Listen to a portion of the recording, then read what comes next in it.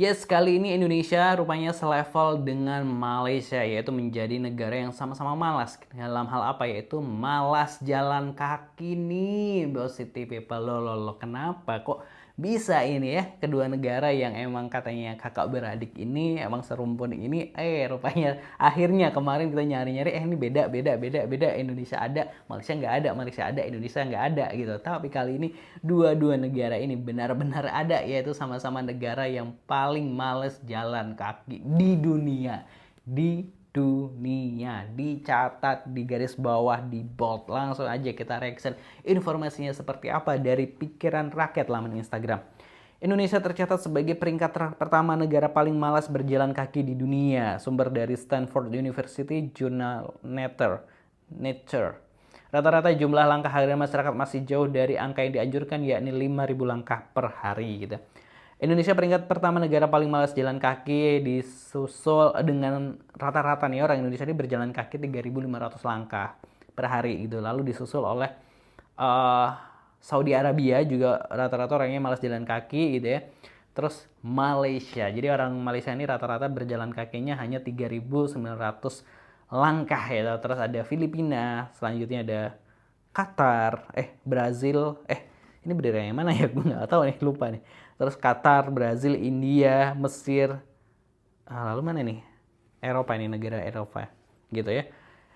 Captionnya, Indonesia tercatat sebagai negara tingkat pertama dengan tingkat aktivitas jalan kaki terendah. Rendahnya kebiasaan jalan kaki tidak hanya berdampak pada kesehatan masyarakat, tapi juga berkontribusi terhadap kemacetan dan kualitas lingkungan. Peningkatan fasilitas pejalan kaki yang aman dan nyaman menjadi langkah penting untuk mendorong mobilitas aktif dan membangun kota yang berkelanjutan.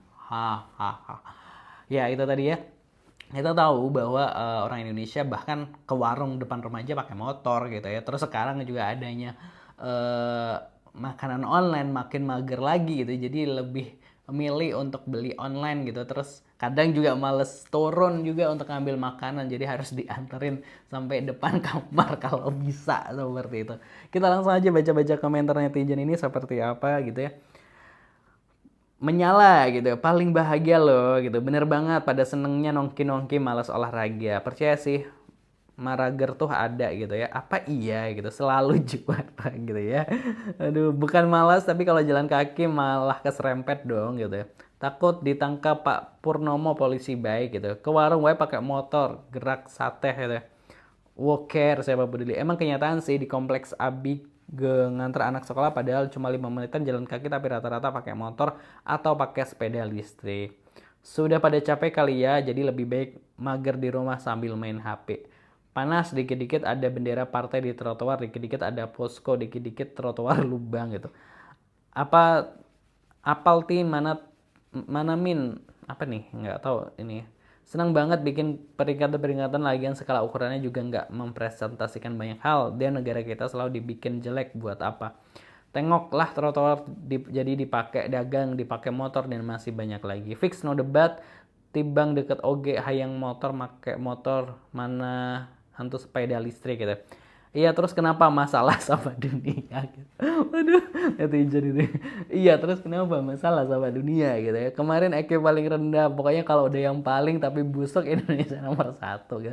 Trotoar dipakai pedagang kaki lima, belum pengendara motor yang jalan di trotoar, panasnya gitu. Trotoar, tukang batagor, tukang bubur, pecel lele, komotah full gitu. Tambah parahnya udah males jalan kaki, konsumsi gula berlebih, alhasil banyak pasien nih diabetes tipe 2 yang ngantri di rumah sakit.